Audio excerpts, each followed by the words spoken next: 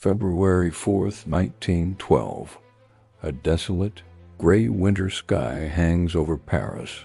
The Eiffel Tower looms like a silent giant against the biting cold. Below, a crowd of Parisians in heavy coats and top hats gather in the snow. They have come to witness a miracle or a catastrophe. Photographers and journalists adjust their heavy tripod cameras. The air is thick with anticipation and a strange, uneasy silence. But the story began years earlier in the flickering candlelight of a small tailor shop. Franz Reichelt, an Austrian-born tailor, became obsessed with the dream of flight. He believed fabric could act as wings for the fallen. His workshop was a graveyard of failed prototypes. Mannequins stood draped in silk and canvas, mocking his ambition. Day and night he worked. Every stitch was a gamble against gravity.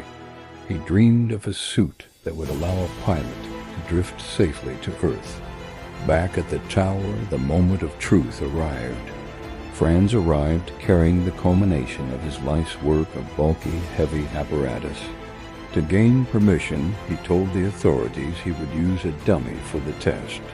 But in his heart, he knew only a man could prove his vision. He began the slow climb. Each step up the iron stairs took him further from the safety of the earth. On the first platform, 57 meters above the ground, the wind was fierce. Paris stretched out below like a miniature toy city. Franz stood at the edge. He adjusted the heavy folds of the suit, the fabric whipping violently in the cold morning gusts. He hesitated. For 40 long seconds the world stood still. The cameras rolled, capturing every breath of doubt. Then, with a final deep breath, he surrendered himself to the void.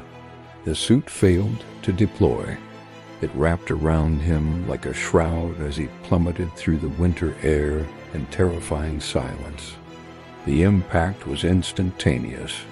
The crowd surged forward, the air filled with the cries of witnesses and the frantic movement of officials.